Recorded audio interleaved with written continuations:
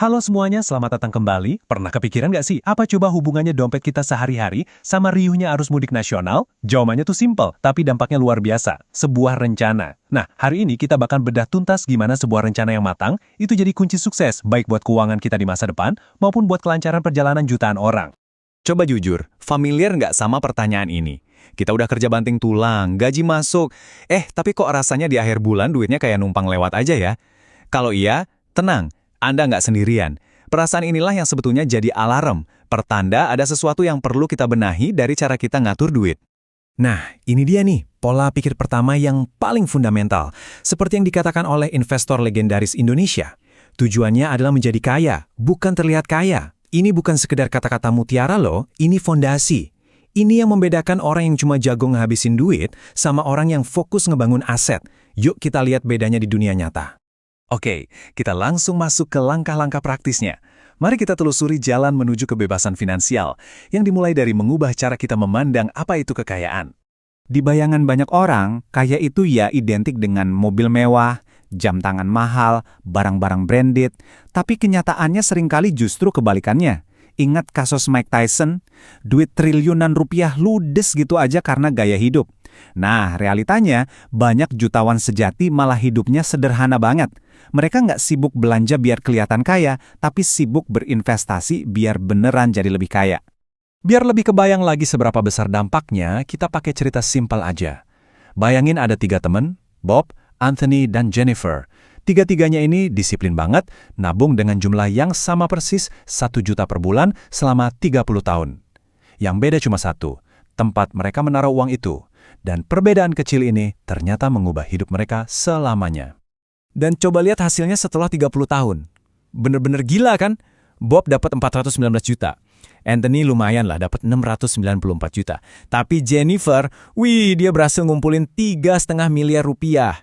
Ini bukan beda tipis loh. Uangnya Jennifer itu lebih dari 7 kali lipat dibanding Anthony. Padahal modal nabungnya sama persis.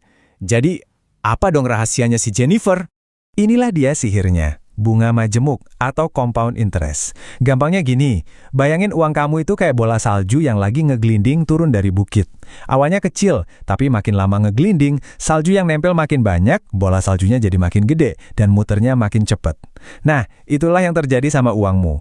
Hasil investasimu ikut menghasilkan keuntungan baru lagi. Kuncinya apa? Bukit yang panjang, alias waktu. Makin cepat kamu mulai, makin raksasa bola saljumu nanti. Oke, kita udah tahu harus investasi. Tapi targetnya berapa sih? Kapan kita bisa bilang, wah udah cukup nih, gue bisa pensiun? Nah, disinilah aturan 4% jadi kompas kita. Aturan ini bilang, kamu bisa dibilang merdeka secara finansial kalau kamu udah bisa hidup nyaman cuma dari 4% total investasimu setiap tahun, tanpa perlu ngutak-atik modal awalnya sama sekali. Biar gampang, kita lihat tabel ini. Misal, pengeluaran bulanan kamu 4 juta. Artinya setahun butuh 48 juta kan? Nah, tinggal kalikan aja angka itu dengan 25. Hasilnya? 1,2 miliar rupiah. Itulah target investasimu.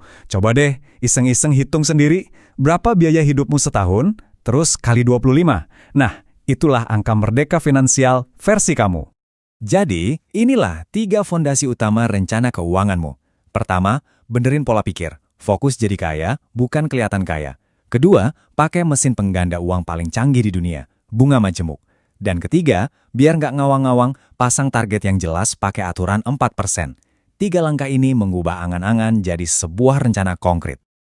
Prinsip-prinsip tadi punya tujuan yang jelas, strategi jangka panjang, dan alokasi sumber daya yang tepat, kedengarannya pas banget ya buat ngatur keuangan pribadi.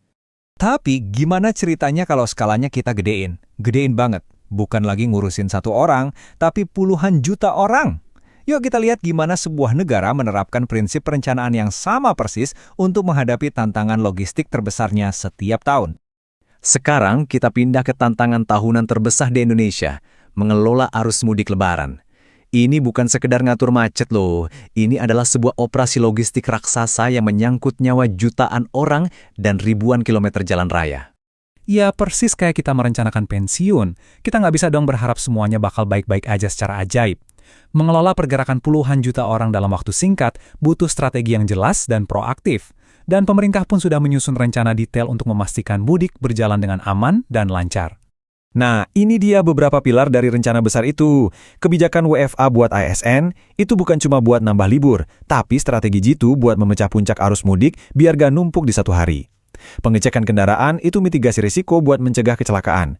Dan program mudik gratis itu cara mengalokasikan sumber daya biar semua lapisan masyarakat bisa pulang dengan aman. Tiap poin ini adalah bagian dari sebuah sistem yang besar.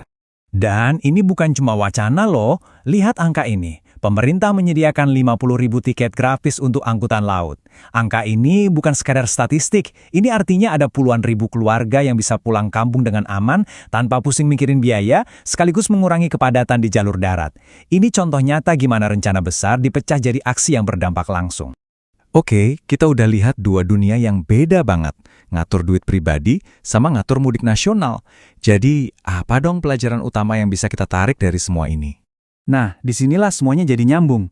Di level mikro, kita ngerencanain pensiun dengan target yang jelas dan strategi investasi. Di level makro, negara mengelola mudik dengan tindakan proaktif dan alokasi sumber daya. Prinsipnya ternyata sama persis. Keberhasilan itu nggak datang tiba-tiba, tapi harus dirancang. Jadi inilah inti dari semuanya.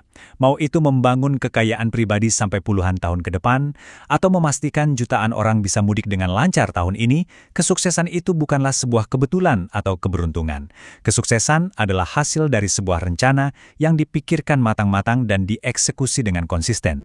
Kita tutup pembahasan kali ini dengan satu pertanyaan buat kamu pribadi. Lupain dulu deh rencana besar puluhan tahun atau target miliaran rupiah. Coba pikirin. Apa cuma satu langkah paling kecil yang bisa kamu ambil hari ini juga untuk mulai merancang masa depanmu yang lebih besar? Mungkin cuma butuh 5 menit, tapi langkah pertama itulah yang seringkali jadi penentu segalanya. Terima kasih sudah menyimak.